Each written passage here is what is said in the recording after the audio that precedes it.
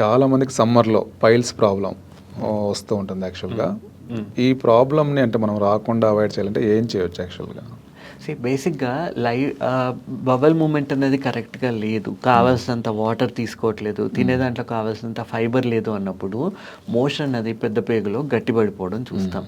And ఆ గట్టిపడిపోయింది ఇంకోటి, వీళ్ళందరిలో కూడా సాధారణంగా కాన్స్టిపేషన్ ఉందన్న వాళ్ళు 90% మందిలో అసోసియేటెడ్ అసిడిటీ ఉండడం చూస్తున్నాము అండ్ యాంగ్జైటీ ఉండడం చూస్తున్నాము. అండ్ వీళ్ళు టెన్షన్ పడే టైప్ ఎక్కువ ఉంటుంది అన్నట్టు. సో వీళ్ళు యాంగ్జైటీ ఫీల్ అవుతున్నప్పుడు వీళ్ళు తెలియకుండానే స్పింక్టర్ మజిల్ని కాంట్రాక్ట్ చేసేస్తారు.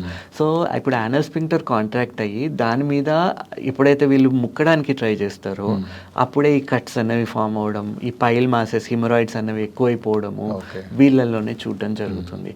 సో సాధారణంగా వీళ్ళకి చెప్పేది ఏంటి అంటే ఒక డైటరీ డిసిప్లిన్ ఉండాలి, కావాల్సినంత వాటర్ తీసుకోవాలి, ఫైబర్ ఇంటేక్ బాగుండాలి, అండ్ రాత్రి తినేది కొంచెం ఎర్లీగా తినాలి, నిద్ర కరెక్ట్గా ఉండాలి, స్ట్రెస్ అన్నది తక్కువ ఉండాలి, గైడెడ్ మెడిటేషన్ లాంటివి ప్రాక్టీస్ చేయాలి, ఎక్సర్సైజ్ అన్నది ఉండాలి. ఇవన్నీ చేసినప్పుడు బవల్ మూమెంట్ అనేది ఫ్రీగా వచ్చే ఛాన్సెస్ ఉంటాయి. సో ఎప్పుడు కూడా డోంట్ అప్లై ప్రెషర్, ముక్కడానికి ట్రై చేయొద్దు మోషన్ వెళ్ళినప్పుడు. మోషన్ దానంతటిది ఫ్రీగా రావాలి. ఏదైనా మలబద్ధకం లాగా అనిపిస్తుంది, ఏదైనా గట్ ప్రాపర్గా లేదు, అబ్డామిన్ డిస్టర్బ్డ్గా అనిపిస్తుంది, సొంత ట్రీట్మెంట్ తీసుకోకుండా సూపర్విజన్లో అసలు ఎందుకు ఇది అవుతుంది కనుక్కోగలిగితే, డాక్టర్ని సంప్రదించగలిగితే సింపుల్గా మేనేజ్ చేసుకునే ఛాన్సెస్ ఎక్కువ.